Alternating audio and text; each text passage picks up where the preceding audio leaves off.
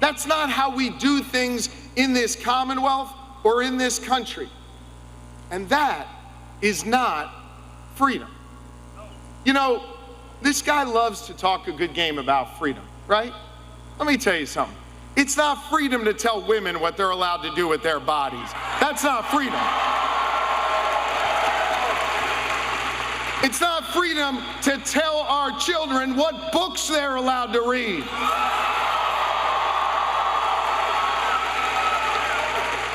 It's not freedom when he gets to decide who you're allowed to marry. I say love is love. It's not freedom to say you can work a 40-hour work week, but you can't be a member of a union. That's not freedom. And it sure as hell isn't freedom to say you can go vote, but he gets to pick the winner. That's not freedom. That's not freedom. But you know what? You know what we're for? We're for real freedom. And let me tell you what real freedom is. Real freedom is when you see that young child in North Philly and you see the potential in her, so you invest in her public school. That's real freedom. That's real freedom. Real freedom comes when we invest in that young child's neighborhood to make sure it's safe so she gets to her 18th birthday. That's real freedom.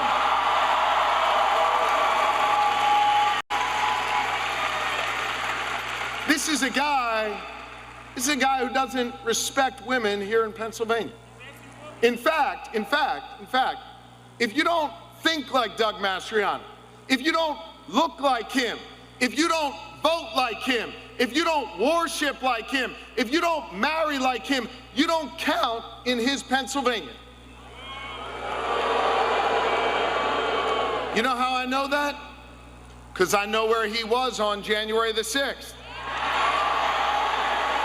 He went there that day, understand, he went there that day not to hear a speech or protest.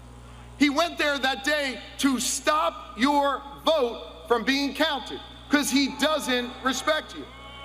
And he's already told us what he plans to do the next time in 2024. He has said he's going to use his power as governor to, his words, not mine, review the voting logs, make corrections, and then he plans to decertify certain voting machines in this Commonwealth so he gets to pick the winner.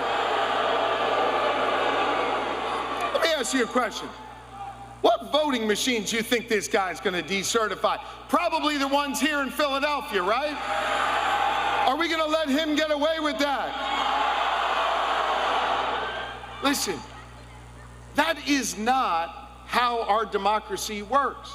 This is Pennsylvania's Democratic nominee for Governor Josh Shapiro, who's currently running against Doug Mastriano, a hard-right Republican, now running on a platform, and I'm not making this up, of appointing a Secretary of State who will only certify a Republican regardless of who wins the election.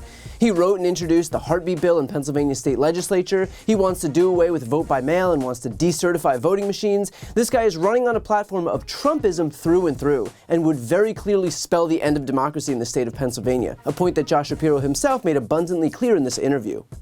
He's promised to put a Secretary of State in place who would intervene in elections. Obviously, that means different things to different people. To Mastriano's people, that means, the 2020 election, he would have changed the results. And by the way, that would have meant that Joe Biden wouldn't be president. Pennsylvania is actually where democracy could die in November. What would it be like if he became governor and put the Secretary of State in place to do the things that he's talking about?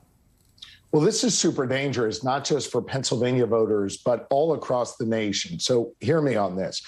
We're pretty unique here in Pennsylvania in that the governor appoints the Secretary of State and basically has complete authority over certifying a winner. Now, in the past, Allie, look, if you ran against Nicole Wallace, she got one more vote than you did in Pennsylvania, she'd win the election. But not in Doug Mastriano's Pennsylvania. He has made clear that he is going to review the logbooks, the voting rolls, and decertify voting machines if he doesn't like the outcome if he doesn't like the will of the people. Think about the chaos that would bring, not just to Pennsylvania, but the rest of the nation. We are, of course, the swingiest of swing states in the nation. We oftentimes are the state that puts a presidential candidate over the top. That dilutes the votes and undermines our democracy in every other state if we don't have a free and fair election here in Pennsylvania. The thing about Doug Mastriano and his disdain for democracy is that he's using our system to destroy our system. People like him are availing themselves of the democratic process to get elected and then seeking to destroy that same democratic process that put them there in the first place. If that doesn't infuriate you, I don't know what will. These people are more than happy to recognize the system insofar as it benefits them, but as soon as they're able to take power, they want that system destroyed from the inside. It's like they're using a ladder to get to the next floor, and the moment they reach solid ground, they pull the ladder up with them. It's not just dangerous, it's also hideously self-serving. Now, speaking more broadly, Shapiro hits on the dichotomy between Republicans having co-opted the term freedom and what their actual agenda is, which is anything but freedom. And let's be clear, we don't have to imagine what Republicans' agenda is because they've already started acting on it. They've already started banning abortion in the states. They've already started banning books. They've already started banning the acknowledgement of the existence of LGBT Americans. They've already started banning methods of voting and polling places and drop boxes. They've already broadcast their intention to sunset all federal legislation which would spell the end of Medicare, Medicaid, and Social Security. They've already tried more than 700 times to ban the Affordable Care Act. And so here's the thing. The reason they crow about freedom over and over and over is because they're compensating for their glaring contempt for it. They know that if they don't try to brand themselves the party of freedom, the fact that they stand for the elimination of all these things will make it abundantly clear that they don't care about freedom at all. This is nothing more than a marketing gimmick to compensate for the fact that in reality, these people are currently running on the largest revocation of freedoms in modern American history. And yes, Doug Mastriano is the embodiment of that, but by no means just Doug Mastriano. Carrie Lake running for governor of Arizona, Mark Fincham, a literal oath keeper, running for Secretary of State in Arizona, Jim Marchant running for Secretary of State in Nevada, Dr. Oz running for Senate in Pennsylvania, J.D. Vance in Ohio, Herschel Walker in Georgia. In race after race after race, the Republicans have nominated people who are solely interested in stripping you of the rights that you enjoy right now.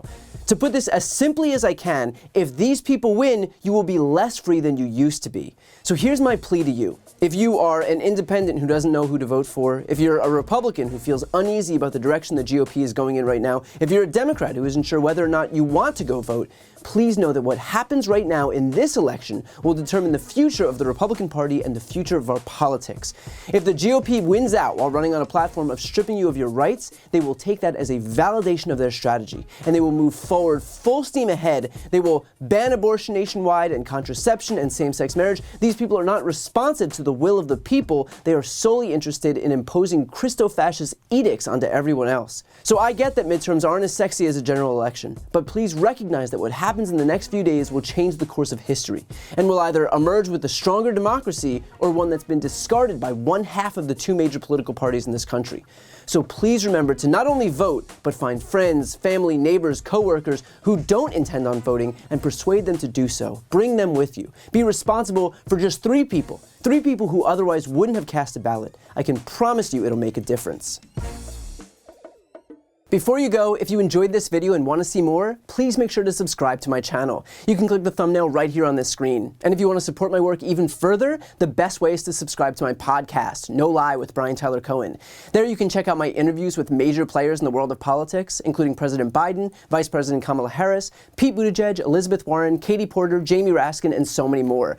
Plus other interviews that live exclusively on the podcast. That link is also right here on this screen, or just search No Lie with Brian Tyler Cohen wherever you listen to podcasts.